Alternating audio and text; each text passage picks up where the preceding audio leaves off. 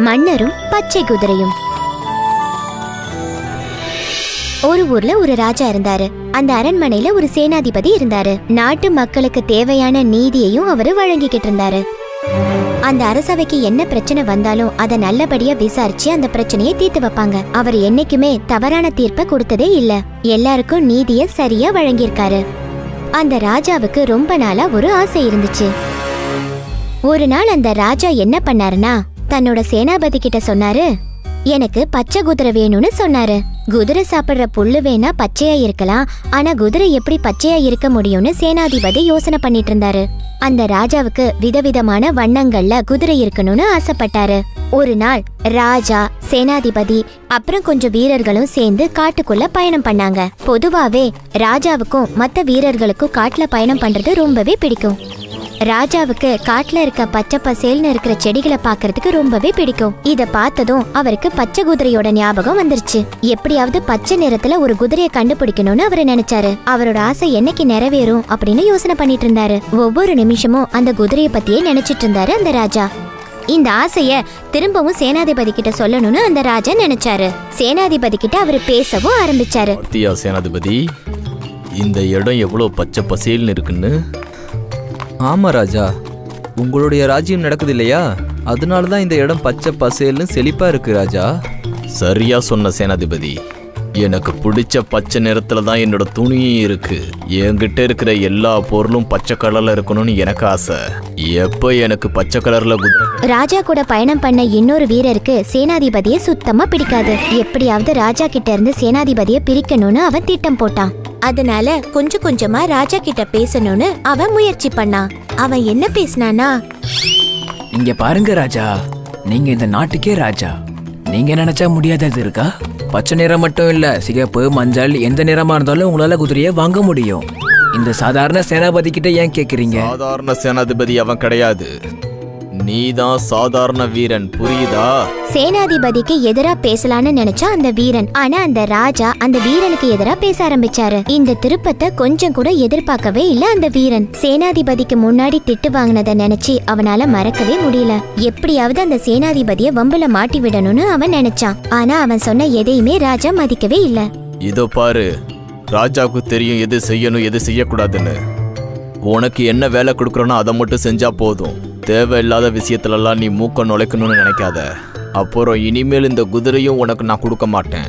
அப்போ மற்ற வீரர்கள் மாதிரி நீ நடந்துதான் வரணும். உன்னால முடிஞ்சா பச்சை கலர் குதிரை எனக்கு எடுத்து. இத கேட்டதுல இருந்து அந்த வீரனுக்கு ஒரே மனக்குழப்பமாவே இருந்துச்சு. அவனால படுத்தாலும் தூங்க முடியாம ராத்திரியெல்லாம் கண்முழிச்சு ரொம்பவே கஷ்டப்பட்டான். இத பத்தியே அந்த வீரன் யோசனை பண்ணிட்டு இருந்தான். இப்போ நான் என்ன பண்ண போறேன்னு எனக்கு ஒண்ணுமே புரியல. என் மனசு ஒரே குழப்பத்துல இருக்கு. ராஜாவுக்கு பச்சை நிற குதிரை வேணுமா, அதுவும் நான் கொண்டு வரணும்னு கட்டளை போட்டிருக்காரு. அதை மட்டும் நான் பண்ணலன்னா என்னை வேலையை விட்டு தூக்கிடுவாங்க. சரின்னு கண்ணை மூடி தூங்கலான்னு பார்த்தா அந்த கனவுல ராஜா தன்னை தண்டிக்கிற மாதிரி அவருக்கு கனவு வந்தது. இத பத்தி சேனாதிபதி கிட்ட பேசலான்னு அவரு போனாரு. சேனாபதி, சேனாபதி, நான் பேசினது எல்லாம் தப்புதான். என்னை இதுல இருந்து எப்படியாவது காப்பாத்திடுங்க. நான் உனக்கு என்ன உதவி செய்ய முடியும் நீ நினைக்கிற? நீ தான் இந்த வம்புல மாட்டிக்கிட்ட. தேவையில்லாம ராஜா கிட்ட வம்படியா போய் பேசி நீயே மாட்டிக்கிட்ட. இதுல இருந்து நான் உன்னை காப்பாற்ற முடியாது. நீயா குதிரையை கண்டுபிடிச்சா உன்னை காப்பாத்திக்கலாம். ஆனா நான் அந்த நிற குதிரைக்கு எங்க போவ சொல்லுங்க சேனாபதி. இத்தனை நாள் கிடைக்காத குதிரை எனக்கு மட்டும் எப்படி கிடைக்கணும் நீங்களே சொல்லுங்க சேனாபதி. ஒரு வேலை வேணா செய். ஒரு ஓவியனை புடி, குதிரைக்கு பச்சை கலர் பெயிண்ட் அடி. அப்படிதான் நீ அதுல இருந்து தப்பிக்க முடியும். நீங்க ஒரு நல்ல யோசனை கொடுத்து என்ன காப்பாத்திருக்கீங்க சேனாபதி. இல்லைன்னா ராஜா என்ன கடுமையா தண்டிச்சிருப்பாரு. எனக்கு வேலையும் இல்லாம போயிருக்கும், என் குடும்பமும் நடுத்தூர்ல வந்து நின்றுருக்கும். இனிமே நான் உங்களை எதிர்த்து எதுவுமே பேச மாட்டேன். நீங்க இல்லைன்னா என்னால எதுவுமே செய்ய முடியாதுன்னு நான் இப்ப புரிஞ்சுக்கிட்டேன். நீங்க சொன்ன மாதிரி நான் ஒரு குதிரையை பிடிச்சி அதுக்கு பச்சை நிற பெயிண்டே அடிக்க போறேன். அப்பதான் என் உயிரும் என்னுடைய வேலையும் என் கிட்ட இருந்து போகாம இருக்கும். ஆனா நீ இப்போதைக்கு உன்னை காப்பாத்திக்கிறதுக்காக இந்த தப்பை நீ செய்யணும். அப்படின்னா நிஜமான குதிரையை நான் எங்க போய் கண்டுபிடிப்பேன்? அது வரைக்கும் நான் இந்த குதிரையை வச்சு மெயின்டைன் பண்ணணுமா? இதுல என்ன உனக்கு சந்தேகம்? இல்லைன்னா நீ மாட்டிப்ப. நான் என்ன பண்ணணும்னு நீங்களே சொல்லுங்க. ராஜா கிட்ட இருந்து நான் எப்படியாவது தப்பிக்கணும். அதுக்கு நான் என்ன பண்ணணும்? நீ என்ன பண்றனா, நிறம் பூசி கொண்டு வர்ற அந்த குதிரைய ஒருபோதும் தண்ணி படாம பாத்துக்கறணும். இல்லைன்னா அந்த பெயிண்ட் தண்ணியில பட்டு கரைஞ்சு போயிடும்.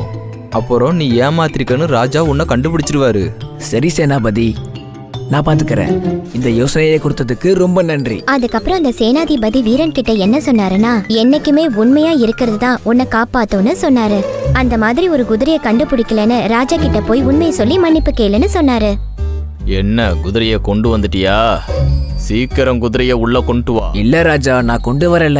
பச்சை நிற குதிரை எனக்கு எங்க தேடியும் கிடைக்கவே இல்ல. நான் தெரியாம உங்ககிட்ட சவால் விட்டுட்டேன், மன்னிச்சிடுங்க. இப்பயாவது சேனாதிபதி வேலை எவ்வளவு கஷ்டம்னு தெரிஞ்சுக்கிட்டியா?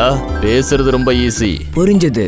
நான் சேனாபதி மேல இருந்த கோவத்துல தான் அந்த மாதிரி பேசிட்டேன், என்ன மன்னிச்சிடுங்க.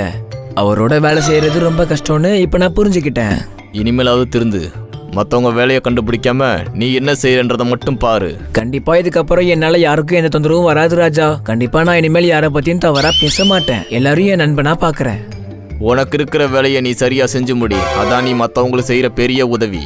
ஓ சரி ராஜா, நீங்க சொன்ன எல்லாத்தையும் ஞாபகம் வச்சுக்கிறேன். இனிமே நான் சரியா நடந்துக்கிறேன் ராஜா. இப்பயாவது புரிஞ்சுக்கோ, சேனாதிபதி இந்த அரசபைக்கு எவ்வளவு முக்கியம்னு. எனக்கு தான் தெரியும், உனக்கு தெரியாது. இப்ப கூட அவரு தானே உன்னை காப்பாத்திருக்காரு. ஆமா, உங்ககிட்ட உண்மையை சொல்ல சொல்லி சேனாபதி தான் என்கிட்ட சொன்னாரு ராஜா. பாத்தீங்களா குழந்தைங்களா, எப்பவுமே உண்மையை சொல்றதுதான் எல்லாருக்குமே நல்லது. பொய் சொல்ல ஆரம்பிச்சோம்னா கடைசி வரைக்கும் நம்ம பொய் தான் சொல்லிக்கிட்டே இருப்போம். ஆனா எப்பவுமே உண்மையை சொல்லி மன்னிப்பு கேட்கறதா நல்ல விஷயம். உண்மையா பச்சை குதிரைன்னு எங்கேயுமே கிடையாது. அந்த உண்மையை சொல்றதுக்கு நமக்கு தைரியம் இருக்கணும். எங்கேயுமே பயப்படக்கூடாது. இல்லாத குதிரையை உருவாக்குறது ரொம்பவே கஷ்டம். அதனால இல்லனா இல்லனே சொல்லிடலாம். அத மறைக்கிறதுக்கு ஒரு போலியான குதிரையை உருவாக்குறது ரொம்பவே தப்பு. சேனாதிபதி சொன்னதுதான் சரி. அவர் சொன்ன மாதிரியே வீரன் சொல்லி மன்னிப்பும் கேட்டுட்டான்.